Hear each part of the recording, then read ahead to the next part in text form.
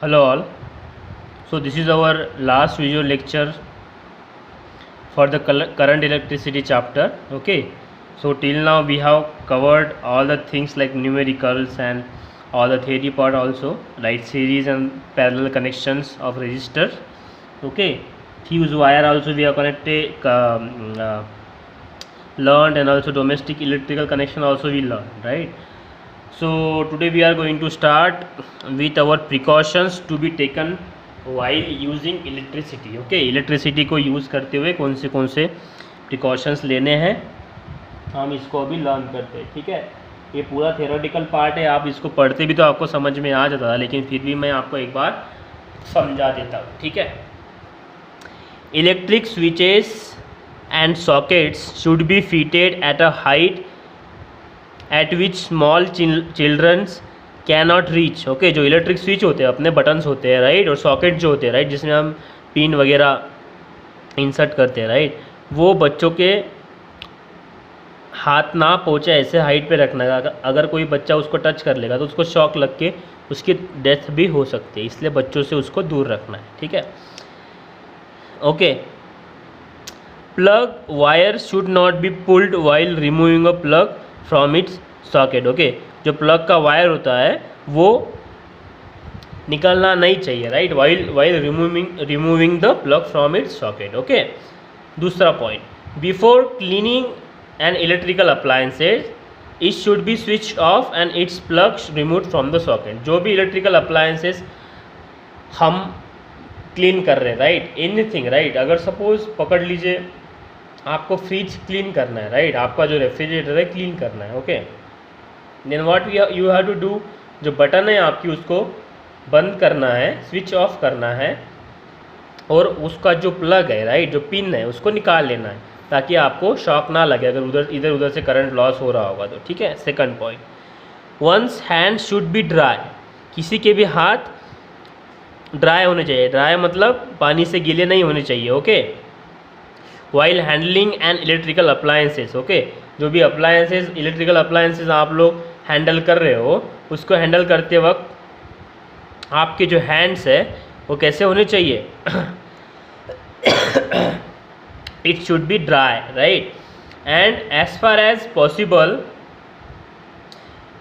One should use footwear with rubber soles. Okay, जो भी अपने फुटवेयर मतलब अपनी चप्पल वगैरह जो भी हम यूज़ करते हैं, इट शुड, अगर उसको रबर के सोल हो गए, अगर उसके नीचे रबर लगा होगा तो काफ़ी सही है ताकि करंट अपने बॉडी से पास नहीं होगा, सर्किट वो कंप्लीट होने नहीं देगा क्योंकि रबर की रेजिस्टिविटी ज़्यादा होती है. ठीक है, as rubber is an insulator it prevents the current flow from flowing through our body thereby protecting it. Okay, वो जो मैंने बताया वो वही है. ओके, रबर क्या है, इंसुलेटर है, मतलब bad conductor of electricity.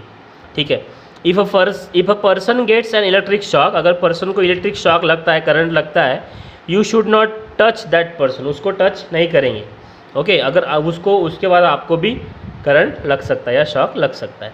You should switch off the main switch, जो भी मैंने आपको मेन स्विच बोला था पहले, राइट, वो मेन स्विच काला वाला आपको उसको ऑफ करना है. And if the switch is too far or you do not know where it is located, then you should remove the plug from the socket if possible. जिससे भी उस पर्सन को करंट शॉक लगा है वो उस अप्लायंस का वो निकाल देने का, क्या, पिन निकाल देने का या फिर स्विच ऑफ कर देने का. Okay, if not then you should use a wooden pole to push the person away from the electric wire.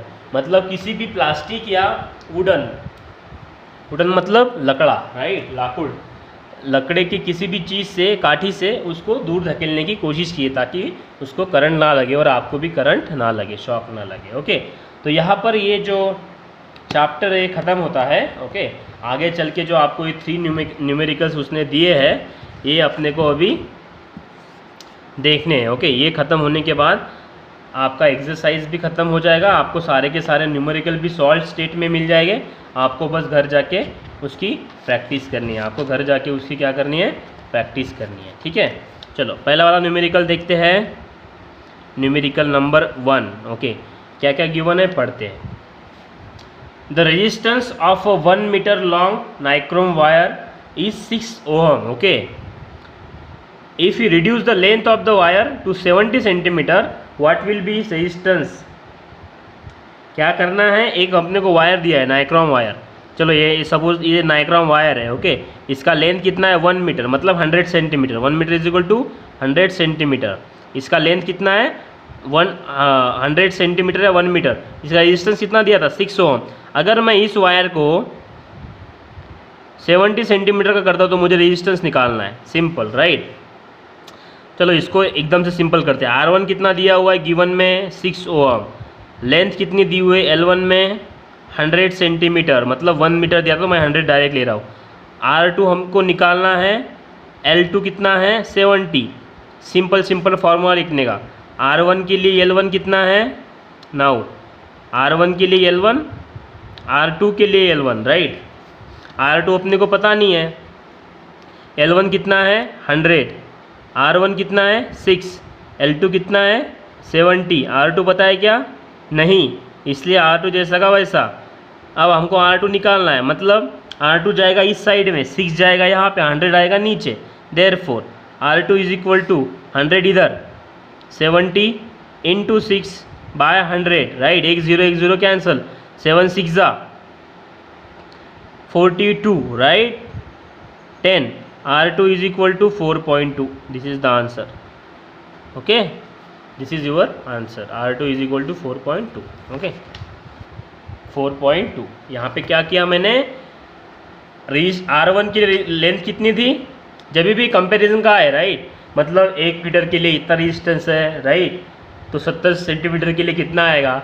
ऐसा अगर करना तो सिंपल दोनों वैल्यू लिख लो और जो निकालना है इस फॉर्मूले में लिखे, आपको इसमें से कुछ भी निकालते आ सकता है right.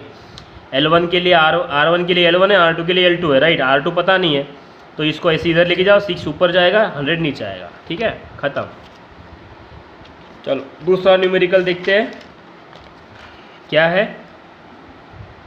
When 2 resistors are connected in series, कैसे कनेक्टेड है, सीरीज में 2 resistors, their effective resistance is 80 ohm. मतलब अगर 2 मैंने रजिस्टर से, कौन से, R1 एंड R2 कैसे किए हैं, सीरीज में हो गए तो उनका इफेक्टिव रेजिस्टेंस जो रहेगा R is R1 plus R2 right. पहले हम RS लेते थे, अभी यहाँ पे R लेंगे, क्यों मैं सामने जाके बता दूँ। इक्वेशन नंबर 1 हो गया, ओके।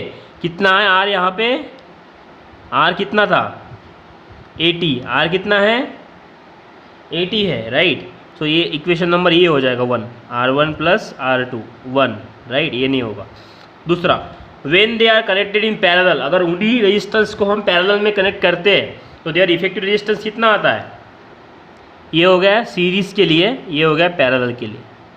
पैरेलल के लिए क्या आएगा, पैरेलल के लिए कितना बोल रहा है वो 20, R कितना होगा अपना 20, और पैरेलल का फॉर्मूला क्या होता है, ऐसा होता है राइट, 1/R1 1/R2 राइट। और ये जाएगा अभी ऊपर, वो बाद में करते हैं राइट। चलो अभी हमको निकालना, क्या निकालो बोलते हैं, ये R1 और R2 का वैल्यू निकालो। अभी हमको क्वाड्रेटिक इक्वेशन से इसको सॉल्व करना है, ये थोड़ा सा डिफरेंट प्रॉब्लम है, इसको देखते कैसे। अब इक्वेशन नंबर 2 पकड़ो, ठीक है, इक्वेशन नंबर 2 पकड़ो, ठीक है। कैसे करेंगे इक्वेशन नंबर 2 को, आपको शायद x आता होगा, ओके, ठीक है, x से ही करेंगे। इक्वेशन नंबर 2 पकड़ो, ओके। चलो अब इसको करते हैं, फ्रॉम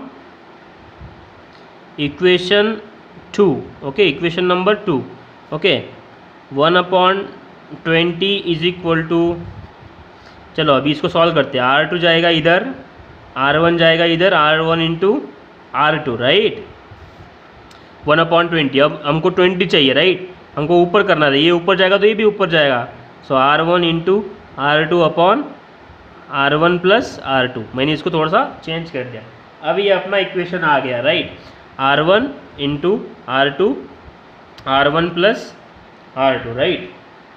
चलो अभी सॉल्व करते हैं, ओके। यहाँ पे दिया गया है 80 R1 plus R2 right.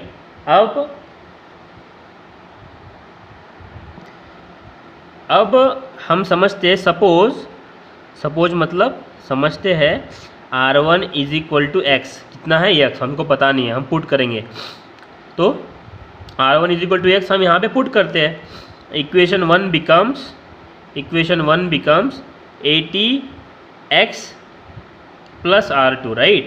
So R2 का वैल्यू क्या होगा? Therefore R2 is equal to 80 minus x, right?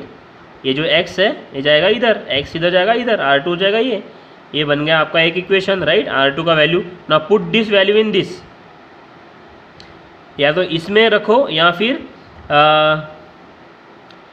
और R1 का वैल्यू x डालेंगे और R2 का वैल्यू 80 माइनस x डालेंगे, राइट? तो x का वैल्यू और R1 का वैल्यू और R2 का वैल्यू हम इसमें पुट करेंगे इस इक्वेशन में, equation number 3. Putting value of R1 and R2 in equation 3, right? वो क्या था? 20 is equal to R1 into R2 upon R1 plus R2, right? मैं क्या बोल रहा हूँ? R1 की वैल्यू क्या डाल रहा हूँ मैं? x, और R2 की क्या डाल रहा हूँ? सॉरी, यहाँ पे R2 की 80 माइनस x, राइट? R1 की क्या डाल रहा हूँ? x, और यहाँ पे 80 माइनस x, ये plus minus x get cancel, 80 रह गया, राइट? 80 जाएगा ऊपर, 20 इंटू 80, 20 इंटू 80 हो जाएगा, राइट? और x का x इसको मल्टीप्लाई करेंगे, 80x, एक बार 80 को x से मल्टीप्लाई किया माइनस, और x को x से, x स्क्वायर, राइट? ये हो जाएगा 1600 80x minus x square, right? अब x स्क्वायर इधर माइनस है, इधर जाएगा तो प्लस, और ये भी माइनस हो जाएगा, राइट? सो इधर हम इसको क्वाड्रेटिक इक्वेशन में लेके आए तो ये ऐसा होगा, x square minus 80x minus 6 plus 600, right, is equal to 0, है ना? ऐसा बन जाएगा, ये प्लस का इधर माइनस, ये माइनस का इधर प्लस, क्वाड्रेटिक इक्वेशन बन गया. अगर हम इसका क्वाड्रेटिक इक्वेशन निकालते तो क्या होगा?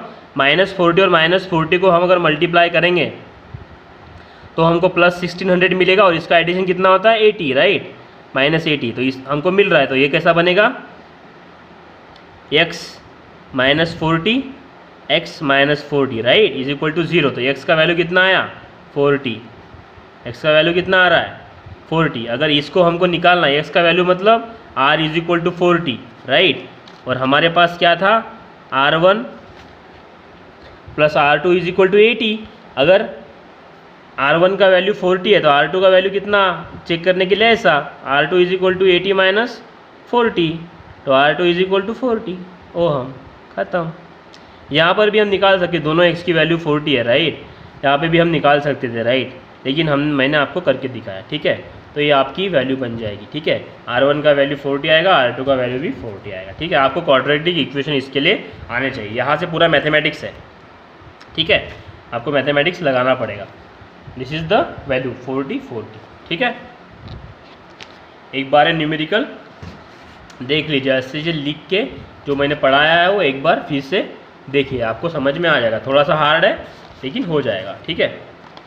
थर्ड एग्जाम्पल काफ़ी सिंपल है. If a charge of 420 coulomb, देखो चार्ज आया अभी, Q गिवन क्या है? Q मतलब करंट का फॉर्मूला में जाएगा, given. If a charge of Q कितना दिया हुआ है? 420 coulomb, right? Flows through a conducting wire, किससे जा रहा है? कंडक्टिंग वायर से. कितने टाइम के लिए? 5 मिनट्स. 5 मिनट्स मतलब कितना होता है? 5 इंटू 60 सेकंड्स, मतलब 300 सेकंड्स के लिए जा रहा है. तो उसका क्या निकालना है? करंट का वैल्यू. करंट का फॉर्मूला क्या होता है? Current is equal to charge upon time. Q कितना दिया हुआ है? 420. टाइम कितना है? 300. 1 0 कैंसल. 42/30, इसको जाएगा 2 से, राइट? कितना हो गया?